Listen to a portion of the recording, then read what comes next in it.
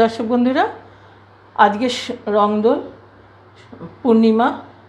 এই রংদোল উপলক্ষে একটা মিষ্টির খাবার নিয়ে এসেছে। আমাদের যে কোনো উৎসবে মিষ্টি ছাড়া চলে না। সেই রংদোলের জন্য আজকে আপনাদের জানাই অনেক অনেক প্রীতি আর শুভেচ্ছা।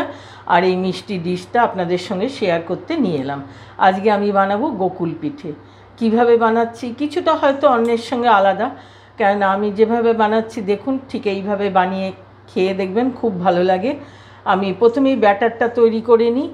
এই হচ্ছে এক বাটি ময়দা নিয়েছি। এই ময়দাটা আগে দিয়ে দিই। ঠিক তার হাফ বাটি চালের গুঁড়ো, আমি কেনা চালের গুঁড়ো দিয়ে এটা করছি। এর মধ্যে একটুখানি লবণ দেব, ঠিক এই 1 পিঞ্চ এভাবে দিয়ে নিলাম। আর এবারে আমি যেটা করব, আমি এর মধ্যে কাজু অ্যালমন্ড আর একটু এলাচ গুঁড়ো করে দেব। আমি ক্ষীর দিয়ে আজকে গোকুল পিঠেটা বানাবো। নারকেল গুড় দিয়ে জাল দিয়েও করা যায়, আমি ক্ষীর দিয়ে বানাবো। আমি ক্ষীর বানিয়ে রাখি বাড়িতে, আমার হোমমেড খোয়া ক্ষীর আমি মাঝে মাঝেই করে রাখি। এইটাকে একটু গরম করে নিতে হবে। আগে আমি ব্যাটারটা বানিয়ে নিই। এটা আমি জল দিয়ে ব্যাটারটা করছি, একটা ঘন ব্যাটার হবে।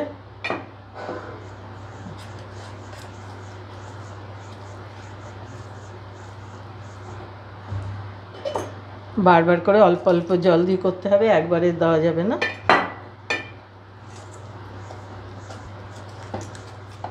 এরকম একটা ঘন ব্যাটারটা হবে। আমি এটা বানিয়ে এখন রেস্টে রাখলাম কিছুক্ষণ। এখন আমি সিরাপটা তৈরি করে নিই, সুগার সিরাপটা। এটা 2 বাটি আমি দেব, না 1.5 বাটি দিলেই হবে। একটু কম 1.5 বাটি চিনি দিলাম। এবার এর মধ্যে আমি সেই পরিমাণই জল দেবো, 1.5 বাটি জল দিলাম। সুগার সিরাপটা একটু ঘন হবে, আঠা আঠা হবে, কেননা অনেকে অনেক রকমভাবেই বানান দুধ দিয়ে, আমি চিনি দিয়ে বানাচ্ছি। এই জন্যে এইরকমভাবে এই মাপটা দিয়ে এটা করতে হবে। এখন আমি আগে এটা সিরাপটা বানিয়ে নিই, কেন সিরাপটা বানিয়ে ঠান্ডা করে তবে গোকুল পিঠেটা ওর মধ্যে দিতে হবে। এই জন্য আগে সিরাপটা বানিয়ে নিই। আমি এই সিরাপের মধ্যে 2টো এলাচ গুঁড়ো করে দিয়ে দিলাম। চিনির রসটা হয়ে গেছে, আঠা আঠা একটা ভাব এসছে, এই জন্য আমি এখানে ট্রান্সফার করে রাখলাম একটু ঠান্ডা হওয়ার জন্যে। আমার হোমমেড খোয়া ক্ষীরটা দেখিয়েছিলাম, সেই খোয়া ক্ষীরটা একটু গরম করে নিচ্ছি। আর তার মধ্যে এই যে কাজু অ্যালমন্ড আর এলাচ গুঁড়ো করলাম সেটা মিশিয়ে দেবো। এটা এর সঙ্গে মিশিয়ে করলে এটা খেতে এত সুন্দর হবে, টেস্টটা। এক তো এলাচের গন্ধ আর কাজুটাও মুখে পড়বে। গুঁড়ো করে মিশিয়ে দিতে হবে খোয়া ক্ষীরটার সঙ্গে। এরপরে খোয়া ক্ষীরটাকে আমি একটা থালায় রেখে কিছুক্ষণ ঠান্ডা করে নেবো। এই গরম অবস্থায় করা যাবে না, তারপরে ভাজবো। এখন আমি এটা ঠান্ডা করে নিই। 1 পিঞ্চ সোডা, বেকিং সোডা দিলাম, পাউডার না, একটুখানি, এইটুকু। এবার একটু ভালো করে ফেটিয়ে নিই। দর্শক বন্ধুরা, আমি যে ক্ষীরটা বানিয়েছিলাম হোমমেড, বাড়িতে মাঝে মাঝে আমি বানিয়ে রাখি, ওটার মধ্যে আলমন্ড কাজু দিয়ে এলাচ দিয়ে যে গুঁড়োগুলো দিলাম, দিয়ে আমি এমনি বল বানিয়ে রেখেছি। কি প্রচণ্ড অয়েল রয়েছে, ঘিটা মানে বাড়ির খোয়াতে আরও বেশি ভালো হয় খোয়া ক্ষীরটায়। আমি এবার এটা ভাজবো, ব্যাটারটার মধ্যে দিয়ে দিলাম। হাত দিয়েই ভাজবো, তাতে গোল গোল হবে সুন্দর হয়তো।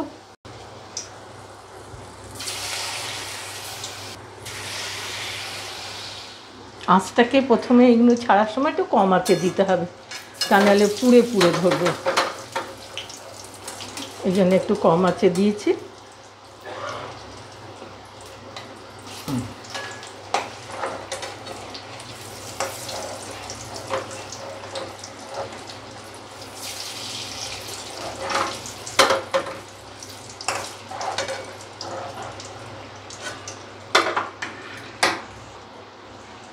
খোয়া ক্ষীরটা ভেতরে থাকা এটা অনেক সময় বেরিয়ে আসে একটু, তাই লাল হয়ে যায়। এবার আমি এগুলো তুলে নিই।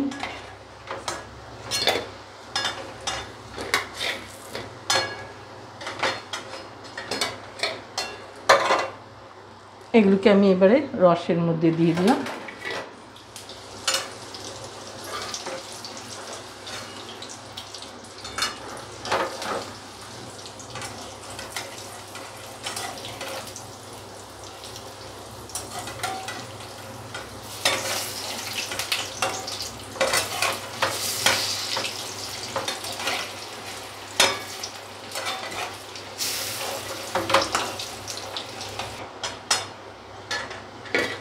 এরকম লাল লাল করে ভেজে নিয়ে তুলতে হবে, তারপর একটু পরে রসে দিতে হবে।